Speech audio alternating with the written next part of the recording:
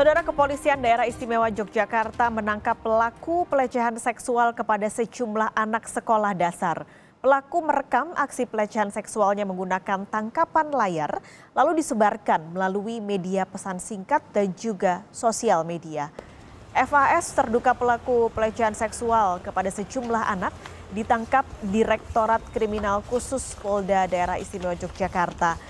Dari tangan tersangka, polisi menyita sejumlah barang bukti, di antaranya sprei milik tersangka yang terekam kamera, serta telepon genggam berisi video asusila yang dibuat tersangka. Polisi juga menemukan sejumlah grup terindikasi kegiatan penyimpangan seksual pada anak. Salah satu grup media sosial terhubung dengan akun tersangka berisikan 91.000 anggota dan 3.100 gambar terkait kasus pedofil. Untuk pengembangan kasus, polisi kini tengah menelusuri admin grup beserta para anggotanya. Babin Kamtibmas di Desa Argosari Sedayu itu menerima laporan dari guru sekolah dan orang tua siswa.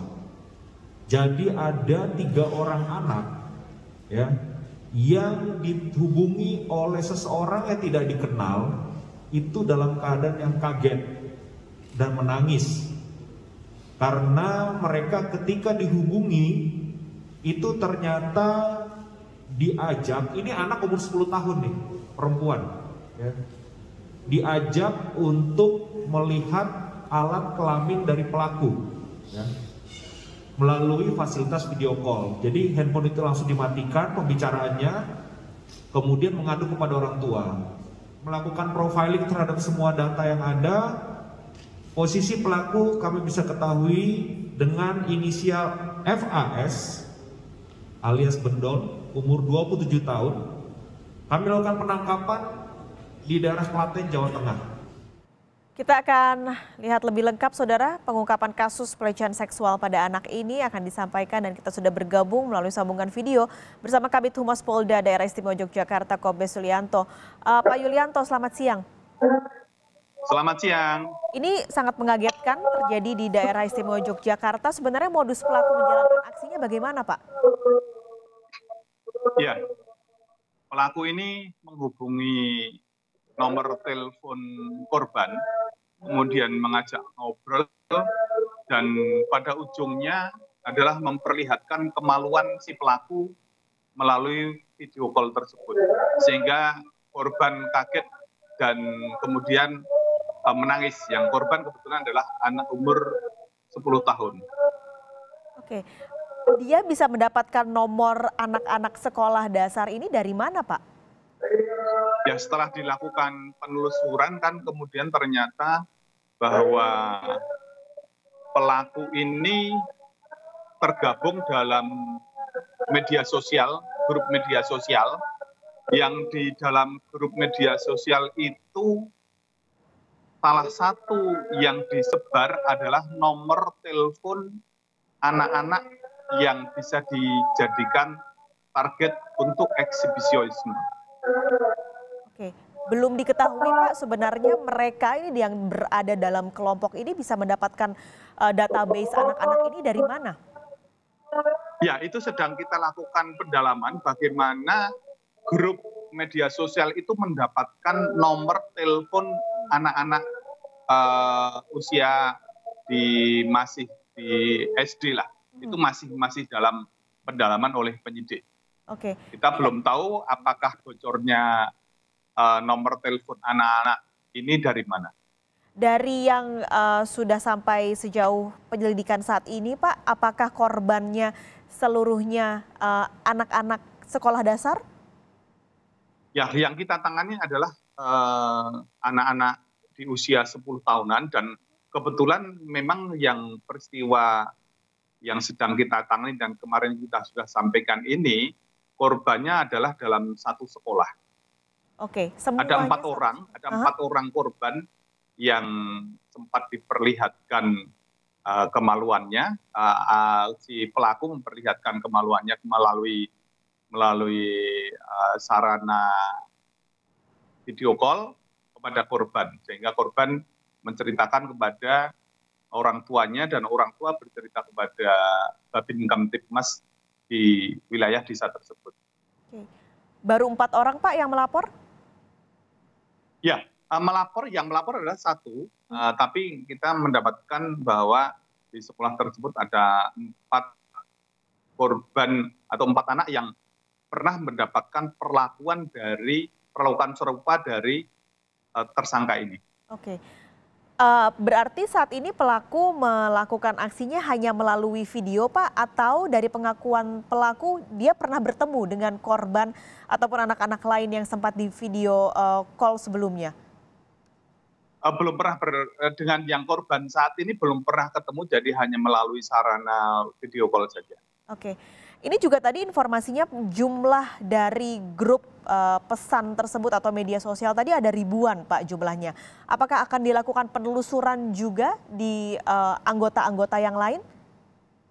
Ya, tentu kami dari Polda DIY, Direktorat Kriminal Khusus, berusaha keras untuk menyelamatkan anak-anak dari perilaku menyimpang orang-orang yang bermasalah ini.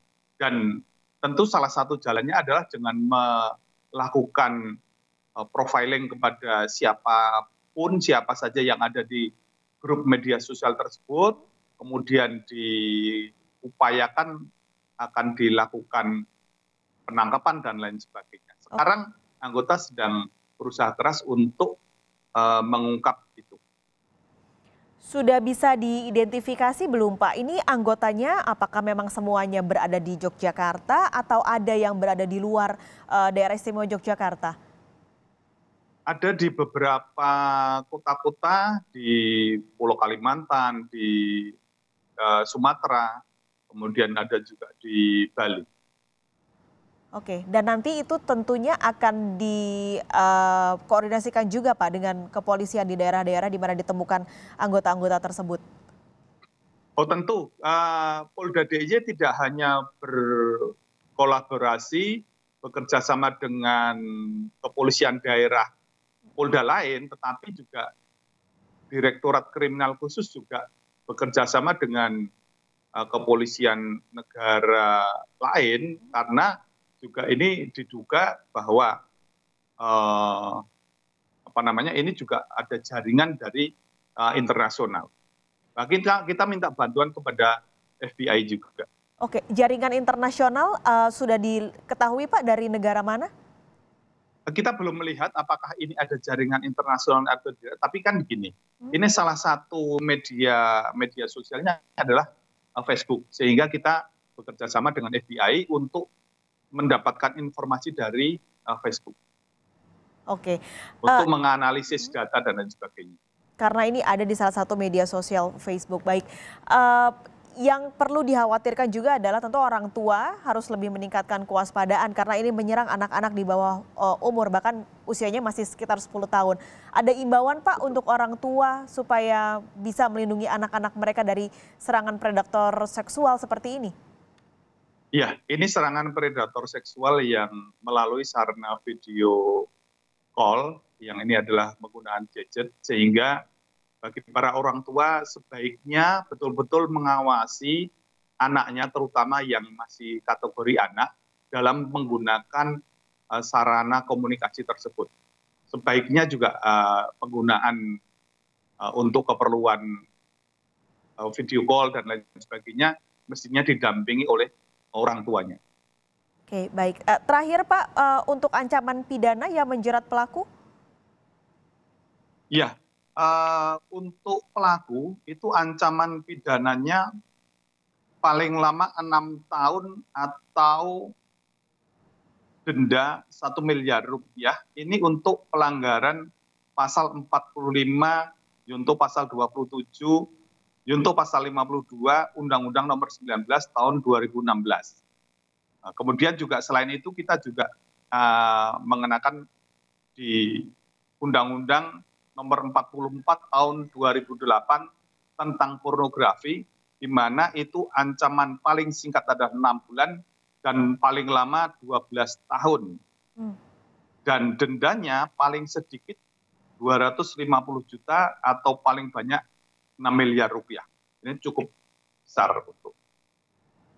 Baik, semoga kasusnya dapat terjadi atau menemukan titik terang supaya anak-anak juga tetap aman dari predator seksual seperti ini. Terima kasih banyak Kabid Humas Polda Daerah Istimewa Yogyakarta, Kombes Sulianto sudah bergabung di Kompas Siang. Sehat selalu, Pak.